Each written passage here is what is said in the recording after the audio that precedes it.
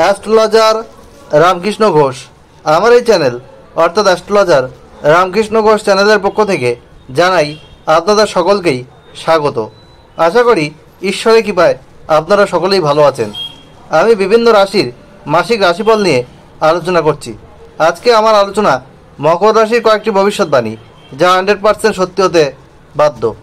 মে 2024 মকর রাশির স্বাস্থ্য কেমন যাবে, তাদের শিক্ষা, প্রাথমিক শিক্ষা, কলেজ বিদ্যা, উচ্চশিক্ষা কেমন হবে, তাদের আর্থিক উন্নতি কেমন হবে, তাদের কর্ম, চাকরি বা ব্যবসা কেমন হবে, তাদের প্রেম ও বিবাহিত জীবন কেমন যাবে, তাদের পারিবারিক জীবন কেমন যাবে এবং তাদের ওভারঅল ভাগ্য কেমন হবে, এই সব নিয়েই কিন্তু আমার আলোচনা। আর মকর রাশির অধিপতি এবং দ্বিতীয় পতি শনি কিন্তু রাশির দ্বিতীয় অবস্থান করছে স্বক্ষেত্রে। মকর রাশি সাপেক্ষে শনির 7.5 শেষ ফেজ চলছে। আপনারা অনেক দুঃখ কষ্ট এই 5-6 বছর ধরে কাটাচ্ছেন, যাদের অশুভ গ্রহের দশা চলছে। যাদের শুভ গ্রহের দশা চলছে তারা হয়তো অতটা নেগেটিভ ইম্প্যাক্ট পাচ্ছেন না।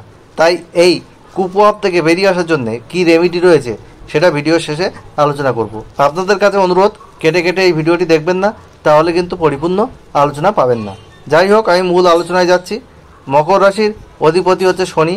এরা ধার্মিক প্রকৃতির হয়, এরা দায়িত্ববান হয় এবং এদের মধ্যে অল্প বয়সে মনে হয় যেন বৃদ্ধ হয়ে গেছে, কারণ শনি বৃদ্ধকারক গ্রহ। আর এই মকর রাশির মধ্যে অনেক পজিটিভিটি দেখতে পাওয়া যায়, একটু বয়সে এদের উন্নতি হয়। আর এই মকর রাশির মে 2024 সাপেক্ষে গোচর ফল বলি, মকর রাশির অধিপতি এবং দ্বিতীয় পতি শনি দ্বিতীয় অবস্থান করছে। আর এই মকর রাশির তৃতীয় পতি আর মকর রাশির দ্বাদশ পতি বৃহস্পতি কিন্তু মকর রাশির পঞ্চমে অবস্থান করছে। আর মকর রাশির তৃতীয় এদের মঙ্গল চতুর্থপতি ও একাদশপতি, সেই মঙ্গল অবস্থান করছে এবং তৃতীয় রাহুর অবস্থান রয়েছে এবং তৃতীয় এদের নবমপতি ষষ্ঠপতি বুধের অবস্থান রয়েছে। বুধ এখানে নিচস্থ হয়ে রয়েছে এবং শুক্র কিন্তু এদের চতুর্থে অবস্থান করছে। রবি এদের অষ্টমপতি চতুর্থে অবস্থান করছে। আর রবি 15ই এপ্রিল কিন্তু এদের পঞ্চমে গোচর করবে।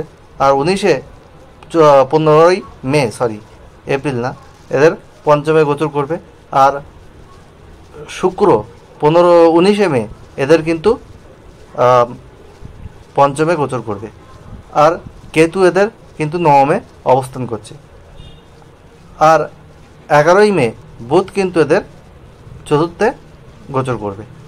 যাই হোক, এই হলো মকর রাশির মোটামুটি গোচর ফল।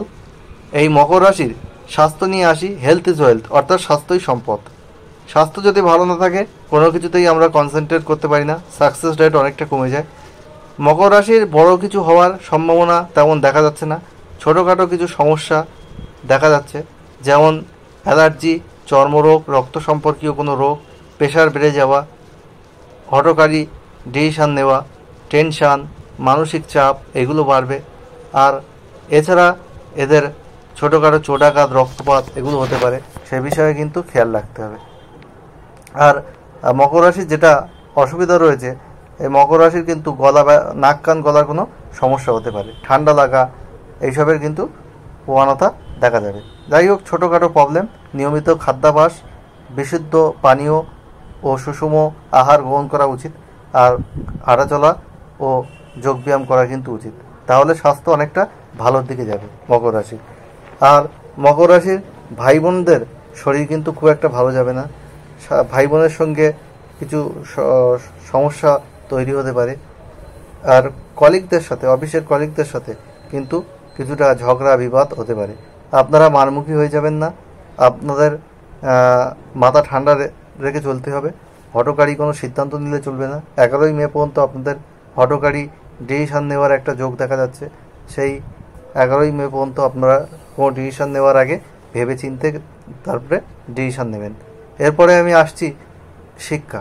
এদের চতুর্থভাবে কিন্তু 11ই মের পর এদের নবমপতি বুধ প্রবেশ করছে, তার আগে অষ্টমপতি রবি এবং পঞ্চমপতি শুক্র থাকছে। শিক্ষার জায়গা মোটামুটি ভালো রয়েছে, কিন্তু পরিশ্রম আরও বাড়াতে হবে, মনোসংযোগ আরও বাড়াতে হবে। না হলে এই শনির 7.5-এর জন্যে হয়তো এক্সপেক্টেড রেজাল্ট পাওয়া যাবে না অশুভ গ্রহের ধরা চলার জন্য।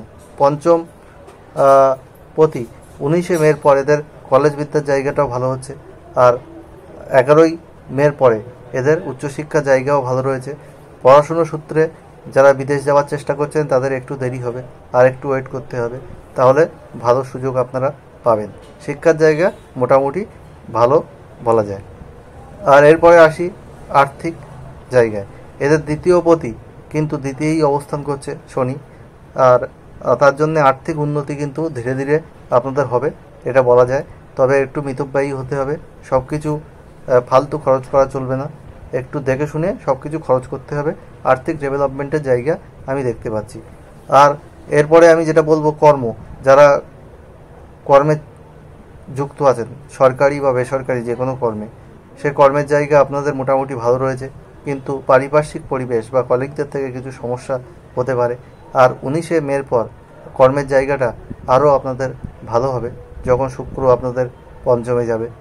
আর ব্যবসার ক্ষেত্রেও আপনাদের ডেভেলপমেন্ট রয়েছে, বিভিন্ন ব্যবসার সঙ্গে যারা যুক্ত তাদের কিন্তু ভালো হবে। তবে ইনভেস্টমেন্ট করার ক্ষেত্রে একটু দেখে শুনে করবেন, একটু ডিসিশন মেকিংয়ে ভুল হতে পারে। ডিসিশন ঠিকঠাক নিয়ে তবেই কিন্তু আপনারা ইনভেস্টমেন্ট করতে যাবেন, না হলে কিন্তু কিছু সমস্যা তৈরি হতে পারে। আর পারিবারিক জায়গা মোটামুটি ভালো রয়েছে। আর আপনাদের জমি জায়গা সংক্রান্ত কিছু সমস্যা আসতে পারে, সেই বিষয়ে পাড়া প্রতিবেশীর সাথে কিছু বিষয় নিয়ে বাদ তর্ক হতে পারে। আপনাদের মাথা গরম হয়ে যাওয়ার একটা প্রবণতা কিন্তু দেখা যাচ্ছে, সেই বিষয়ে আপনাদের সতর্ক থাকতে হবে। আর এরপরে আমি আসি প্রেম। আপনাদের পঞ্চমে বৃহস্পতি, আর 19শে মে পঞ্চমপতি শুক্র যাচ্ছে। প্রেমের ক্ষেত্রে আপনাদের রোমান্স দেখা যাচ্ছে, কিন্তু কিছু কিছু ক্ষেত্রে দায়িত্বের ক্ষেত্রে আপনাদের মধ্যে তিক্ততা সৃষ্টি হতে পারে। আপনারা হয়তো বেশি সময় আপনার পার্টনারের জন্য দিতে পারবেন না, তার জন্য কিছু তিক্ততা সৃষ্টি হবে। এমনিতে প্রেমের জায়গা ভালো রয়েছে এবং বিবাহের জন্যে কিন্তু ভালো সময় রয়েছে, বিবাহের যোগাযোগ আসবে। এবং যারা বিবাহিত জীবনে রয়েছেন তাদের সম্পর্কের জায়গা মোটামুটি ভালো, তবে পার্টনারকে বুঝতে হবে, তার শারীরিক জায়গা নজর দিতে হবে, আন্ডারস্ট্যান্ডিং করে চলতে হবে, তাকে মর্যাদা দিতে হবে, তাহলে কিন্তু দাম্পত্য জীবন আরও ভালো হবে, এটা আশা করা যায়। আর যারা সন্তানের চেষ্টা করছেন তাদের কিন্তু সন্তান প্রাপ্তির একটা সম্ভাবনা দেখা যাচ্ছে। সন্তানের এডুকেশান, যারা চাকরির জন্য চেষ্টা করছেন তাদের কিন্তু এডুকেশান এবং চাকরি প্রাপ্তির যোগ কিন্তু দেখা যাচ্ছে, সেদিক থেকে কিন্তু ভালোই বলা যায়। আর শনির 7.5-এর জন্য মাঝে মাঝে আপনাদের মধ্যে একটা স্ট্রেস থাকবে, একটা চাপ থাকবে যে আমার কি হবে, আগামী দিনগুলোতে আমি কেমন উন্নতি করব, এইসব চিন্তাভাবনা কিন্তু আপনাদের মধ্যে বারবারই আসতে থাকবে।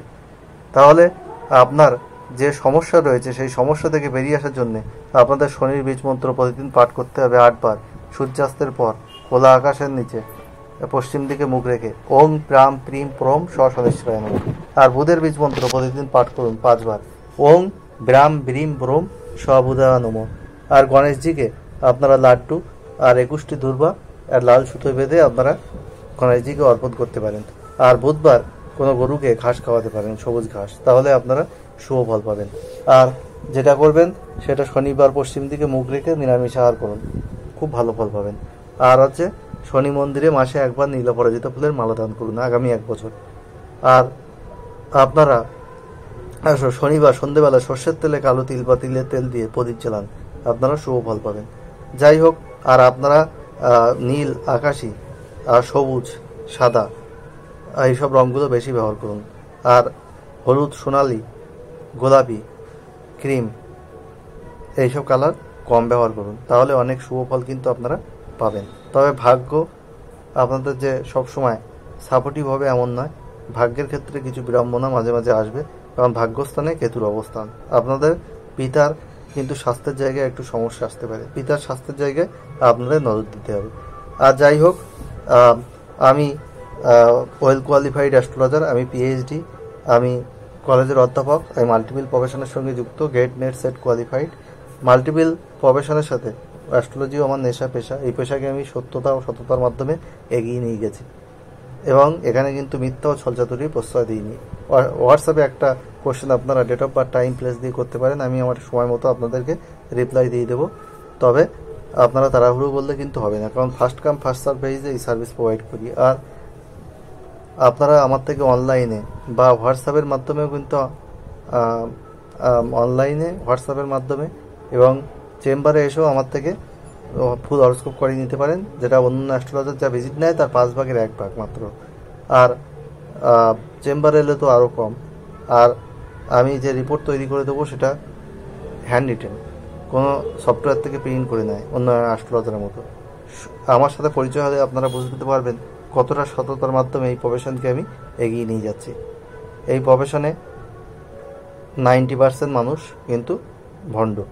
যাই হোক, আমি আপনাদের কাছে বলবো, যদি এই আলোচনা আপনাদের ভালো লাগে তাহলে লাইক, কমেন্ট, শেয়ার এবং সাবস্ক্রাইব করে এই ভিডিওটি সবাইকে শেয়ার করে দেখার সুযোগ করে দিন, যাতে মে 2024 সব মানুষ তো কেমন যাবে সেটা দেখার সুযোগ পায়।